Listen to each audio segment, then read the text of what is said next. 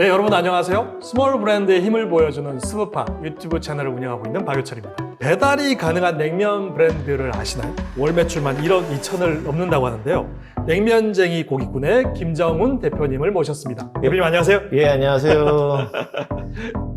상상을 현실로 만드는 기업 주식회사 우주만물상 김정훈입니다. 지금 현재 냉면쟁이 고깃군, 강릉초당골 짬뽕 순두부, 새롭게 전파는 퓨전주점 전파상이랑 그리고 국물의 진심인 남자 국진남을 지금 협업으로 준비하고 있는 어떻게 보면 스타트업 대표라고 하고 싶습니다. 지금 현재.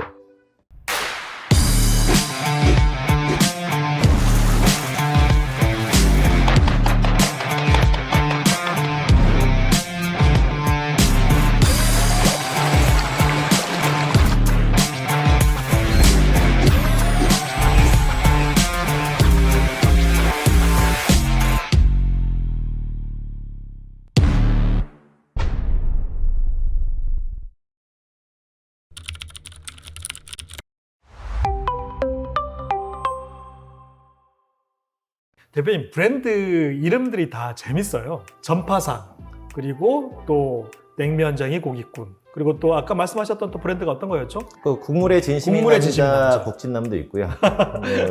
저희 회사 이름도 우주만물상이라는 회사를 저는 가지고 회사 이름부터 좀 궁금했었거든요. 왜 우주만물상인가요? 우주라는 게 상상이 필요한 거라고 생각하고요. 이제 상상을 현실로 만들다. 이제 새로운 관점으로 새롭게 접근한다는 거고, 제가 아는 단어 중에 가장 큰 단어가 사실 우주라는 단어고, 네. 그리고 이제 어떻게 보면 우주라는 단어 속에서 돈 되는 건 좀 해보자라는 만물상이라는 단어를 같이 했고요. 그리고 저는 상호라는 게 굉장히 중요하다. 네네. 소비자들이랑 고객들이랑 가장 접촉하는 면이 가장 강력하고 저희가 의사소통할 수 있는 기본적인 문이라고 생각하고 있습니다. 네. 그래서 그런 상호에 대한 부분들은 좀 스스로가 굉장히 집중해서 만들고 뭐 지금 브랜딩의 차원에서 관리하고 있다고 보시면 될 것 같습니다. 사실 저도 이제 브랜드 관련된 일을 하다 보니까 어떤 컨셉이나 아이덴티티가 너무 중요하고, 그거를 사실 잘 담아낸 네이밍이 정말 좋은 브랜드라고 생각하거든요. 아까 말씀하셨던 전파상 같은 경우도 일단은 저는 금방 연상되는 게 전을 팔겠구나라는 생각이 좀 들거든요. 어떻게 그런 네이밍을 생각하게 되셨나요? 저는 이제 전이 기존에 가지고 있는 전이라는 이미지가 조금은 올드한 이미지고, 새롭게 전을 재해석한 브랜드들이 눈에 띄는 브랜드도 없고, 새로운 브랜드 이름도 실은 조금 올드한 이름들을 가지고 있다고 생각하고요. 그쵸. 그리고 전파사라고, 전파상, 이게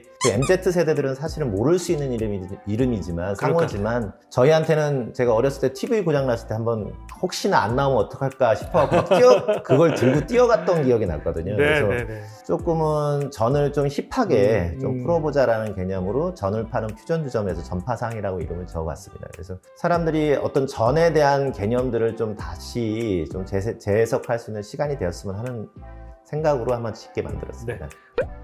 조금 뭐 배달의 민족 비슷한 것 같아요. 좀 힙하고 어떤 상호가 되게 중요하다는 의미가 있는 착 한번 붙어야 된다. 사람들이 기억할 수 있어야 된다라는 부분들이 되게 중요하다고 생각하고요.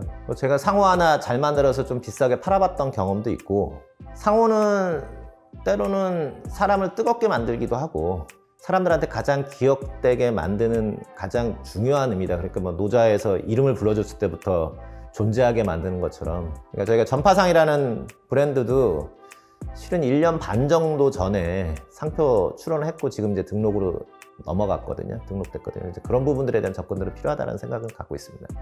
대표님 특별히 그런 어떤 시장의 빈 곳을 찾으시는 능력이 좀 탁월하신 것 같아요. 어떻게 생각하세요?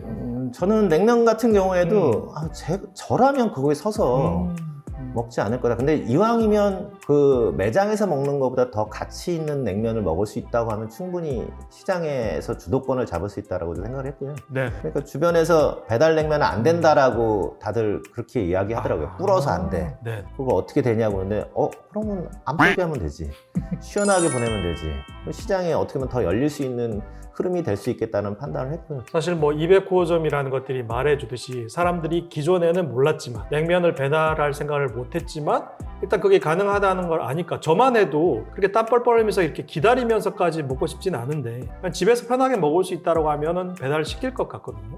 요런 어떤 시장의 어떤 빈 곳을 찾아내는 나름대로 대표님만의 노하우랄까요? 그런 게 있을까요? 저는 뭐 책을 보기도 하고요. 그리고 뭐 검색을 통해서 하기도 하고 가장 많이 하는 건 많은 사람들을 좀 만나보는 어떤 관계들을 많이 만들고 있어요. 그리고 네, 어떻게 보면 네. 대표님들 만나는 것도 네. 사실은 사람들이 이야기 하나하나에 굉장히 많은 흔적들이 있고 그 흔적들에 대한 것들을 하나하나 모으다 보면 아 이거 조금 개선되면 좋을 건데 어떻게 보면 시장의 결핍이라는 것들이 있지만 그 결핍들을 좀 모아서 정보들을 좀 취합해보면 시장에서 저는 이제 그걸 리얼 원치라고 생각하고 라는 표현으로 쓰는데 정말 원하는 게 무엇이냐 뭐 저희가 할 때 배달 냉면이 없었던 건 아니지만 저희처럼 체계적이고 사람들이 요구하는 수준으로 완벽하게 어떤 그걸 추진했던 브랜드들은 없었다라는 생각을 갖게 됐고 사실 인터뷰하면서 내내 이제 대표님이 이제 브랜드를 되게 강조하시는 것 같이 들려요. 아까 말씀하신 리얼 원츠라고 하는 것도 결국은 브랜딩이 어떤 사람들의 욕구를 채워준다는 측면에서 정말 정확하게 어떤 핵심을 찌르시는 말씀이라고 생각이 드는데 대표님 외식업 이런 창업에 브랜딩이 중요합니까? 저는 좀 그걸 좀 소홀히 했던 것 같아요. 어떻게 보면 욕구라고 아까 리얼 원츠라는 부분들로 했는데 그것만 찾으면 소통할 수 있다? 그리고 어떤 창업이라는 길이 열린다라고 생각했는데 그거는 어떤 제 욕심을 채우는 부분이고 브랜딩이라는 차원은 제 욕심이라는 저는 이제 뭐 결핍이라는 걸 찾아서 계속 열어서 창업이라는 시장을 하면 저한테 이득이 되겠지만 그걸 오픈하신 분들한테 수익들이 항상성 있게 계속적으로 그렇죠. 유지한다고 지속 하면 가능하게. 브랜딩의 차원에서 계속적으로 관리하고 고객들과 어떤 컨셉을 붙여서 계속적으로 고객들과 소통할 수 있는 구조를 만드는 게 제가 필요한데 계속 창업이라는 건 어차피 시장에서 열려있으면 계속 있지만 기존 점주들이 어떤 경영주들이 계속적으로 수익을 창출한다고 하면 이제는 배달 냉면 브랜드에서 냉면쟁이 일꾼이 수익을 가장 먼저 생각될 수 있는 브랜드가 되는 것들은 제 책무이지 않을까라는 생각을 하고 있고요. 그래서 이제 대표님도 만나고 제 스스로도 브랜딩에 대해서 너무 학습을 계속 준비하고 있거나 계속 하고 있는 건 이제 그 소통의 방식에 있어서 제가 이제 성각을 좀 쌓아야겠다라는 생각들은 가지고 있다고 생각하시면 될 것 같습니다. 사실 외식업이 다들 힘들다고 하시고 너무 경쟁이 치열하다 이런 얘기들 많이 하십니다. 그런 분들에게 외식업을 브랜딩하는데 외식업을 경영하는 데 있어서 나름대로 중요하게 생각하시는 원칙 같은 게 있으실까요?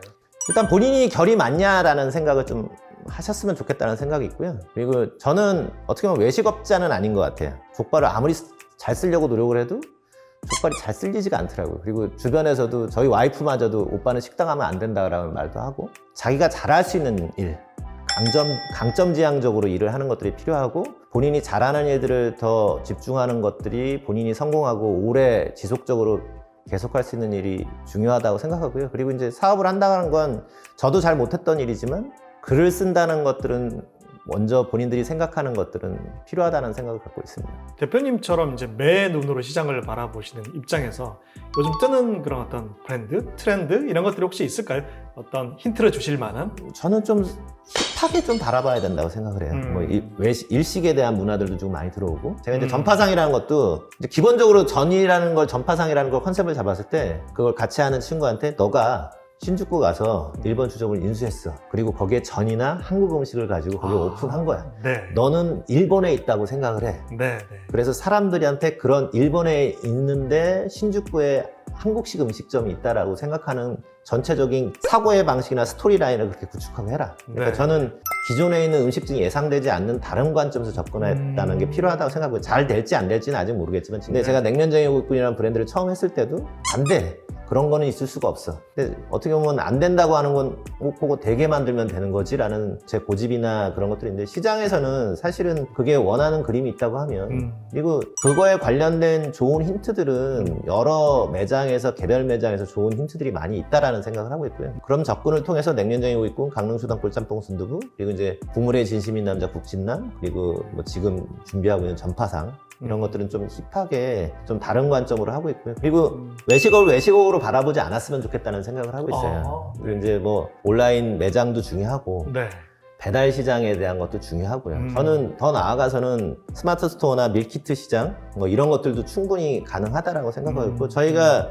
스마트 스토어도 지금 개별적으로 준비하고 있거든요. 그리고 실은 스마트 스토어도 보니까 여러 사람들이 하고 있다고 생각하지만 외식 쪽에서는 많이 접근하고 있지는 않은 것 같아요. 좀 비어있는 시장인 셈이네요. 비어있죠.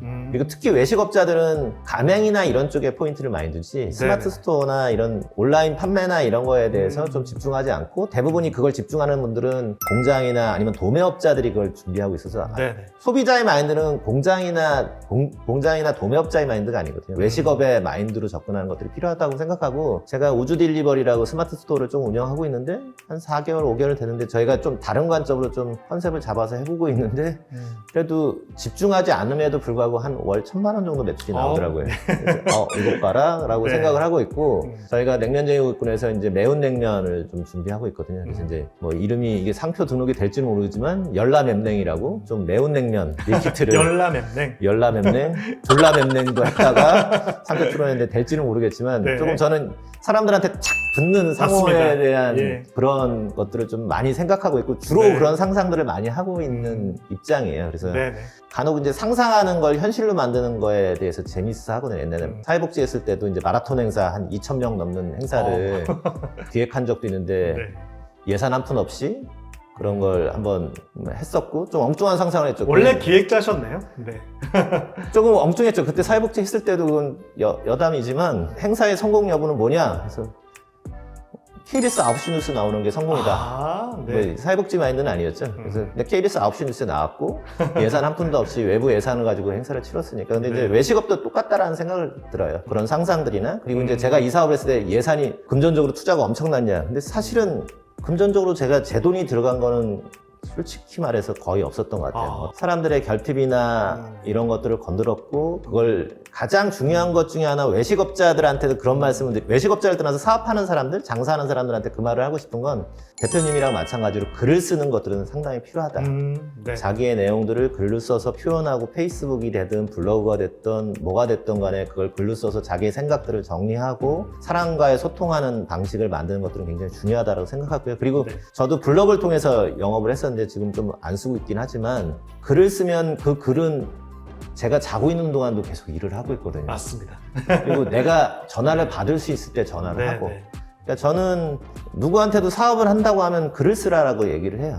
그리고 글을 잘 쓰지 않아도 된다. 네. 왜냐하면 글로 표현하기 시작한다고 하면 자기가 절실하면 그 절실한 거를 또 감흥이 되는 사람들은 당연히 연락이 오게 되고 그리고 이제 가장 좋은 것 중에 하나는 제가 이렇게 얘기를 해도 대부분이 글을 안 써요. 맞습니다. 글을 안 쓰기 때문에 희소 가치가 생기고 네. 희소 가치가 생기기 때문에 제가 부각이 되고 소통할 수 있는 기회가 되지 않을까라는 생각을 갖고 있습니다. 여러분 어떠셨나요? 사실 저는 대표님 만나 뵐 때 외식업자로서 대표님 바라봤는데 지금 바라보니까 브랜더로서 시장의 어떤 빈 곳을 찾아 헤매는 어떤 브랜드 기획자라는 인상이 듭니다. 대표님의 어떤 노하우를 알고 싶으시면 영상 아래에 대표님의 페이스북 주소를 남기겠습니다. 오셔서 꼼꼼히 읽어보시고 아까 말씀하셨던 그런 대표님의 노하우를 익히셔서 또 하나의 냉면쟁이 고깃국과 같은 성공한 사실 대표님도 처음에는 스몰 브랜드셨던 것 같거든요. 자본 없이도 충분히 이런 멋진 브랜드를 만들 수 있다는 그런 깨달음을 얻는 시간이었습니다. 오늘 대표님